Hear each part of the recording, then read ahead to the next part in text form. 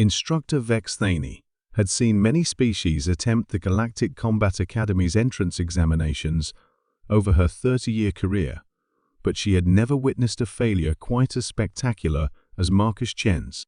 The 11-year-old human had scored a devastating 23% on the theoretical warfare examination, the lowest score in Academy history. His answers to complex strategic scenarios showed a complete inability to grasp even basic military doctrine. When asked to analyze the Battle of Kepler Prime, he had written a single sentence: "They should have just talked to each other first." Absolutely unacceptable, Director Korthval had declared, his Vraxian scales shifting to the deep purple that indicated severe displeasure. The child clearly lacks the intellectual capacity for military strategy. Yet something about the small human intrigued Vex Thani. During the written examination, she had observed Marcus through the monitoring systems. While other candidates furiously calculated orbital mechanics and memorized weapon specifications, the boy had spent most of his time staring out the window at the training grounds below, watching advanced students practice combat maneuvers.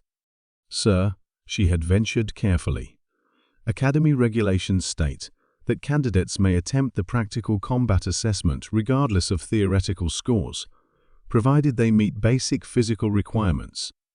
Director Korthval's 4 eyes had fixed on her with obvious irritation.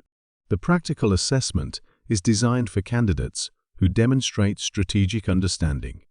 What purpose would it serve to humiliate a child who cannot even comprehend basic tactical principles? Educational value, Vex Thani had replied smoothly. Perhaps observing his failure will help us better understand human cognitive limitations. It was a diplomatic lie. The truth was that something in Marcus's eyes reminded her of the greatest warriors she had known, a particular kind of stillness that had nothing to do with academic knowledge and everything to do with an intuitive understanding of conflict. 3 days later, Marcus stood in the Academy's primary combat simulation chamber, dwarfed by the advanced holographic systems surrounding him. His opponent was Zethkar, a 17-year-old Kalari prodigy who had scored 97% on the theoretical examination and was widely considered the most promising candidate in his year. The Kalari possessed natural advantages that made them formidable warriors: enhanced reflexes, 4 arms capable of independent weapon manipulation, and an innate understanding of 3-dimensional combat. Zethkar had already defeated 12 other candidates in simulation matches, each victory more dominant than the last. "Parameters set," the system announced. "Urban combat scenario. Objective: neutralize opponent using any means necessary. Weapons: standard Academy loadout. Environmental hazards: active." Marcus picked up the pulse rifle with obvious unfamiliarity, holding it like someone who had never seen such a device before. Zethkar, meanwhile, smoothly armed himself with 4 different weapons, each positioned perfectly for maximum tactical advantage.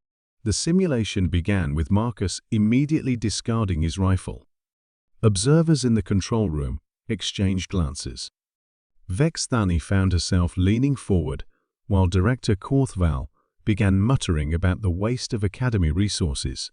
Zethkar moved with predatory grace through the simulated cityscape, using his species' natural climbing abilities to gain high ground advantage. His tactical approach was textbook: perfect, establish superior position, locate target, engage from maximum effective range. Everything the Academy taught suggested this match would end within minutes. Marcus, meanwhile, had apparently decided to explore.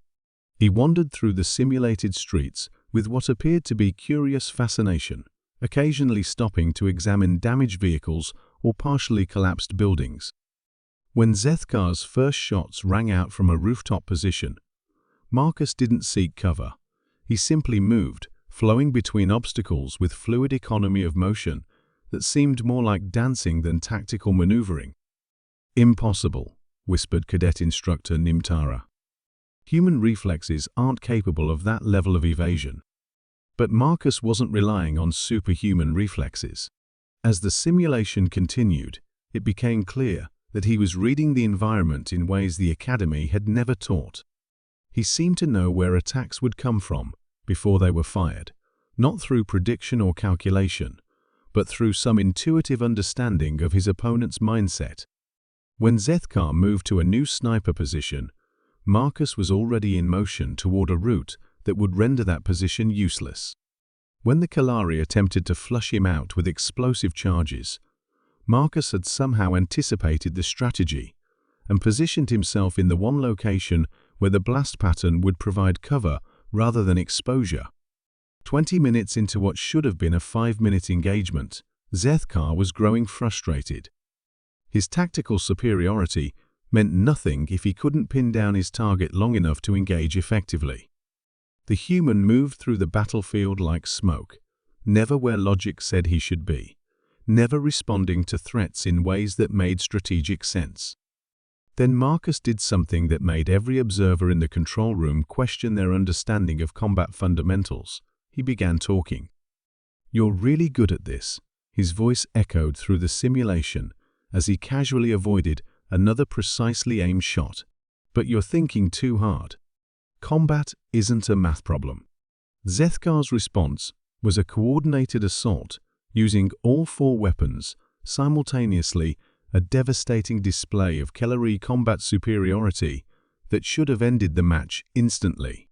Marcus walked through the attack pattern untouched. "See, you're calculating angles and probabilities," Marcus continued conversationally, now somehow behind Zethkar, despite the Kalari's elevated position. "But I'm just feeling where you want me to be, and then being somewhere else." The simulation ended abruptly when Marcus gently tapped Zethkar on the shoulder with a training blade that he had somehow acquired without anyone noticing. "Match concluded," the system announced. "Candidate Marcus Chen, victory by close combat neutralization." The control room fell silent. Director Korthval's scales had shifted to a pale yellow, a color Vexthani had never seen before, indicating a state of cognitive confusion so profound it overrode normal emotional responses. "How?" was all Zethkar could manage as the simulation faded around them. Marcus shrugged with typical 11-year-old nonchalance. "I don't know. You were trying really hard to hurt me, so I didn't let you." It seemed obvious. Over the following months, Marcus continued to defy every academy expectation.